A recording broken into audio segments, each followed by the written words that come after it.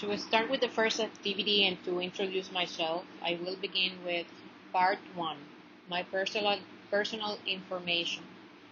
My full name is Andrea Zapata Villa and I am 36 years old. I am from and live in Barranquilla and I work at my family business. My personal email address is Andrea underscore NZV at hotmail.com. My hobbies are to go to the beach on Sundays, and sometimes I go to the movies on Wednesdays, and I like to work out every 2 days as well. Now, reading is also my hobby, and I do it during the week. My favorite food could be anything that includes fish. I also like chicken, and I am not a fan of red meat because it's really hard to digest, and I suffer from poor digestion.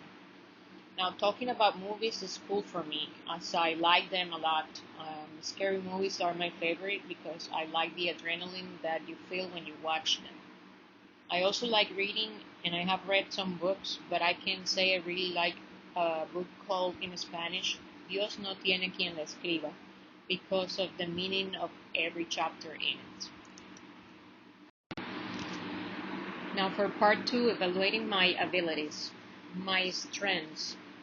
I can say I can introduce myself in English and in other idioms too. I like English since high school and I had the best scores from my class always. Now I also lived in Canada for 1 year and I used to work for American call centers for more than 8 years here in Barranquilla. Now, regarding my weaknesses, I have learned empirically a lot, but I need to know more about the theory of English language. Sometimes I don't practice vocabulary and I feel I am starting to forget some words.